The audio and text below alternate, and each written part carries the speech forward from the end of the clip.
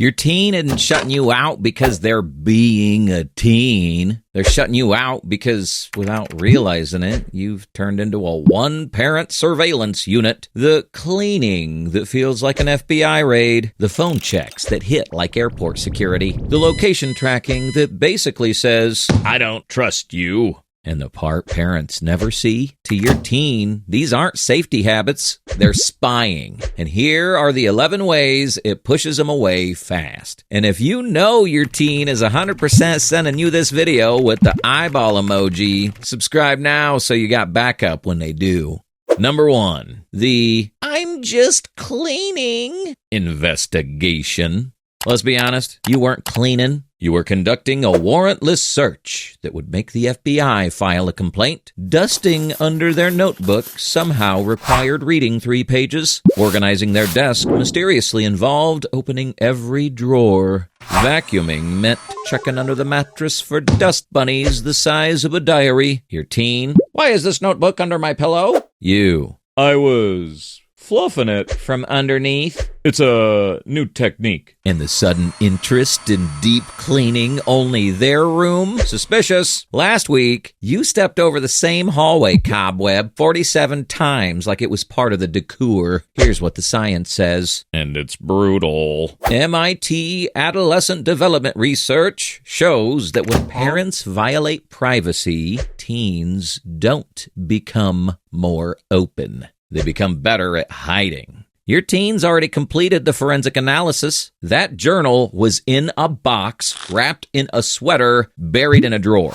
that hasn't been opened since 2019. The odds you accidentally found it while dusting rank somewhere between discovering Atlantis and spontaneous combustion. And you gave yourself away anyway. You suddenly asked a hypothetical question about something only mentioned on page 47. So, hypothetically, what do you think of someone crushing on Tyler the guitar guy? Smooth. Really smooth. What you think you're doing? Protecting them. What you're actually doing? Teaching them you can't be trusted. And here's the irony. The more you investigate, the more they hide. Your teen now has CIA-level operational security. They write in code, store things at friends' houses, and keep 2 decoy diaries with entries like, today was Monday, I enjoyed the weather, nothing interesting happened. Meanwhile, their real thoughts are stored in apps you don't know exist, protected by biometric locks, hidden behind calculator icons. Congratulations. You didn't stop their secrets. You upgraded them. Here's what your cleaning actually looked like to your teen. Mom spent 3 hours in my room with a bottle of Windex she never opened, emerged knowing about Tyler, and thinks I'm dumb enough to believe she was sanitizing. And the evidence? Oh, you left a trail. The diary was put back upside down. Random items are in new positions, like the world's worst spot the difference puzzle. And you suddenly mentioned their friend Sarah, someone they've never talked once about at home, except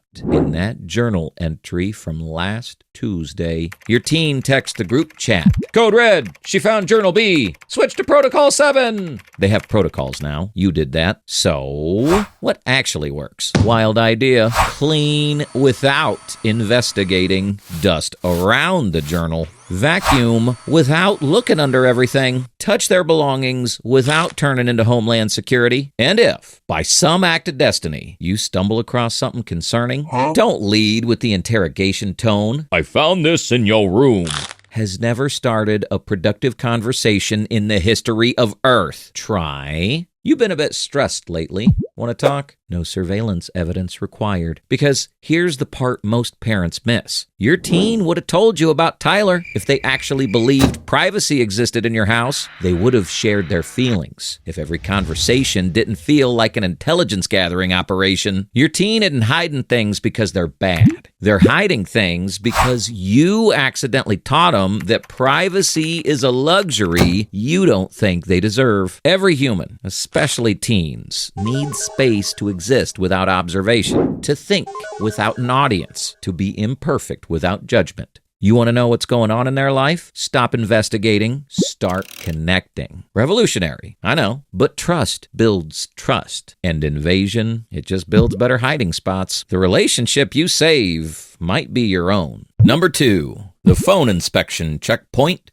Just checking your phone for inappropriate content. Congratulations. You've officially turned into TSA, and your teen's phone is now a carry-on bag stuck in permanent security screening. And here's the part parents never admit. Reading their texts doesn't teach safety. It teaches that privacy expires the moment you get curious. They're not learning good online habits. They're rerouting their real conversations through digital backdoors. Stanford's digital privacy research puts it bluntly. Teens whose phones are regularly checked don't become safer. They become architects of parallel digital lives. Your teen has 17 messaging apps now. The one you check, homework, emojis, angel behavior, and the other 16 where their life actually happens. To them, your quick phone check feels like random inspection. Step aside, remove your shoes, unlock your soul. And the worst part, you think you're staying informed. But every check pushes their real conversations further underground. So let's rebuild trust without abandoning safety. Skip the surprise phone raids. Try, can we talk about online safety? Not, hand over your phone, it's inspection time. One creates conversation. The other creates a secret second phone. And if you think the phone checks are bad, wait till we talk about tracking them like Amazon Prime.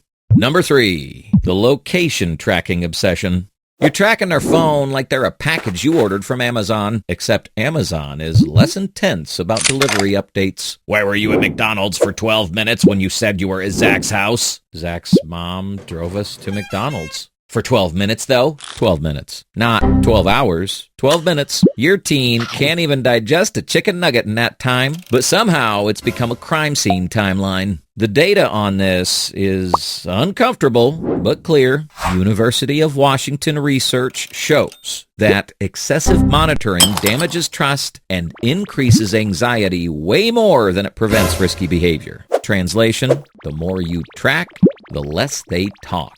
Your teen isn't learning independence. They're learning that every movement is suspicious and requires a supporting PowerPoint presentation. They're not thinking, my parents care about my safety. They're thinking, my parent is refreshing my location like it's crypto prices. And let's be brutally honest. Every time you open that tracking app, they can feel it in their soul. Every micro pause in your texting pattern screams, I see everything. So, here's the trust-building shift that actually works. Use location sharing for emergencies, not surveillance. Text me when you arrive. Teaches responsibility. Stalking their GPS teaches them that you're, well, creepy. Because the moment they feel monitored, they don't become safer. They just get better at disappearing from view. Number 4, the social media deep dive. You didn't join their social media. You infiltrated it. You followed their Instagram. You friended them on Facebook. And you even made a TikTok account specifically to monitor them. And your username, CoolMom2009. Yeah, nobody's buying it. Your teen knows it's you. Their friends knows it's you. Even the algorithm whispers, ma'am, please stop. Here's the part most parents never get told. Teens need digital spaces away from parents to develop their identity. Psychology Today research shows your presence doesn't make them safer. It just makes them act less like themselves. So what happens? They don't stop posting. They just stop posting where you can see. Your teen now has 3 Instagrams. 1, the parent-friendly one. All smiles, sunsets, and Labrador filters. The online equivalent of a church brochure. 2, the real one, where their actual friends live, where they joke, vent, and exist like a human. 3, the really real one. The one you will never find, not even with facial recognition and divine intervention. And every time you monitor them, the real content slides further into the shadows. You're not building safety. You're building better camouflage. So, here's the rebuild that actually works. Instead of stalking their likes like a digital detective, ask them to show you what they want to show. Show me a TikTok you think's funny. Creates connection. Why did you like a post at 11:42 p.m.? creates a teenager who builds burner accounts. The goal isn't surveillance. It's shared space, voluntarily offered, not secretly taken. But if you really want trust to evaporate, start interrogating their friends. Number 5, the friend interrogation. So, who's this Skylar? What do their parents do? Where do they live? What's their GPA? Blood type? Credit score? Astronomical sign? Criminal background? Do they recycle? You've turned meeting their friends into a congressional hearing. Columbia University found that when parents interrogate friendships like detectives, teens don't become more careful. They become more secretive. Your teen now has 3 friend categories. 1, parentally approved. The safe ones. They look like they list community service as a hobby. 2, suspicious. Mentioned vaguely. It's someone from somewhere. 3, hidden. Never mentioned. The category where their actual best friends live. Because every time you go full LinkedIn investigator on a new name, they learn, if I want privacy, I hide the people I care about. You're not avoiding bad influences. You're turning every influence into a secret. Trust rebuild time. I'd love to meet Skylar sometime. Beats the 20-question interrogation every single time. Show interest, not investigation. Because as bad as grilling their friends is, nothing shreds trust faster than what you do to their private thoughts. Number 6, the diary discovery.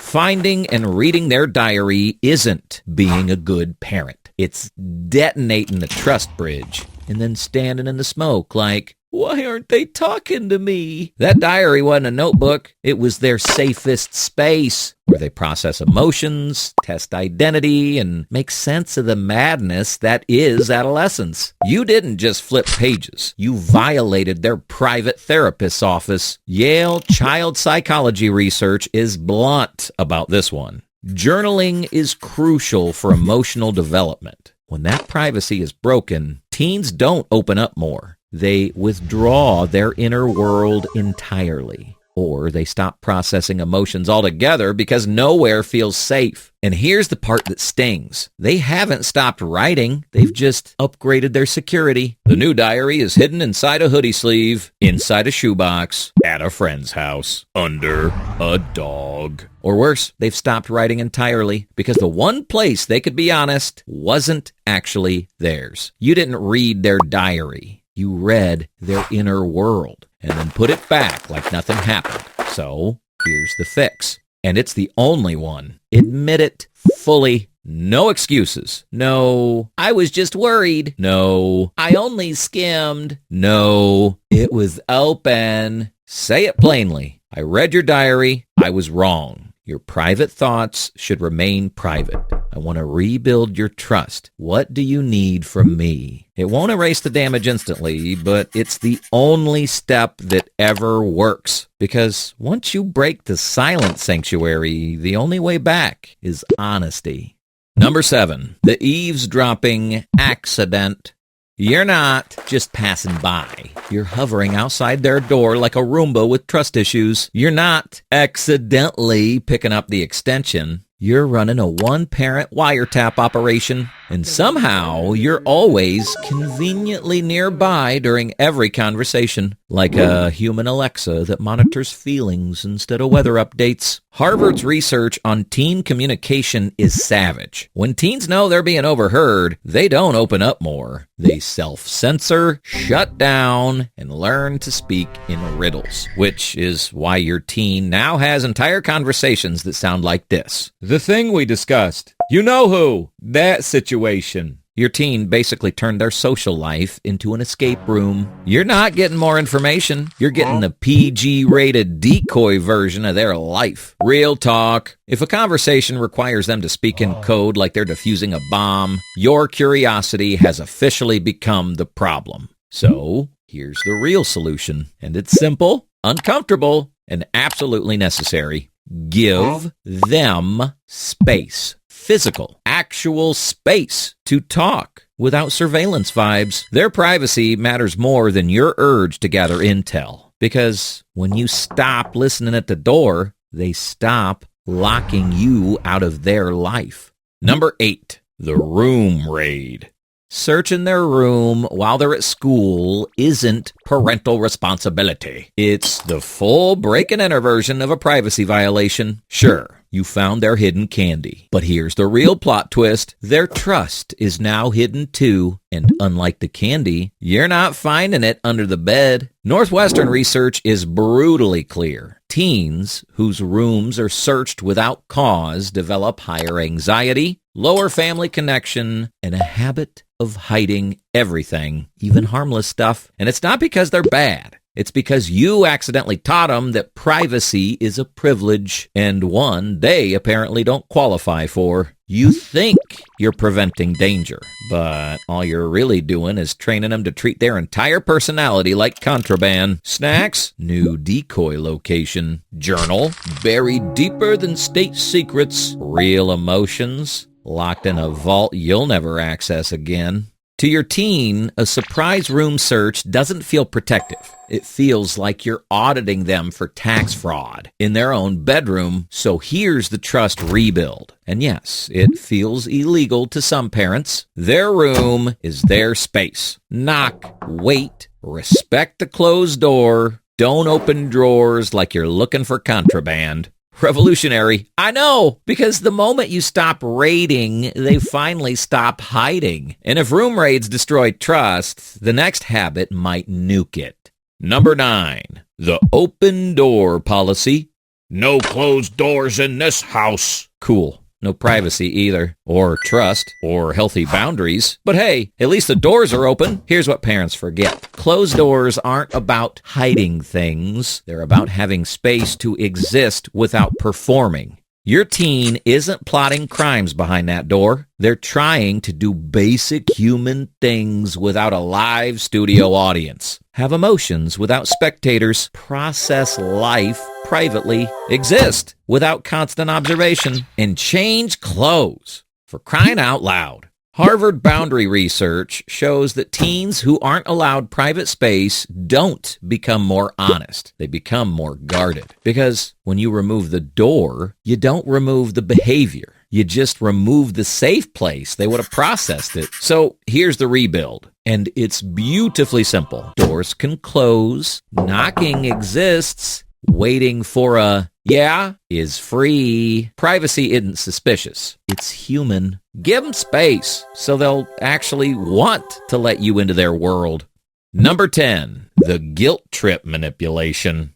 I'm your mother. I have a right to know everything. No, you have a right to know they're safe. Everything else is something they choose to share because they trust you, not because you guilt-pressured the information out of them like an emotional juice extractor. When you use guilt to get answers, you're not teaching honesty. You're teaching that love comes with surveillance conditions. And here's the part parents never want to hear. Every guilt trip sends the same message. Your privacy disappears when I feel entitled to it. Harvard Family Systems research shows that guilt-based communication doesn't build closeness. It builds compliance in the moment and distance in the long run. Your teen doesn't hear, I care. They hear, if you love me, you'll surrender your privacy. That's not connection. That's emotional wiretapping. The rebuild is simple and uncomfortable. Swap entitlement for invitation.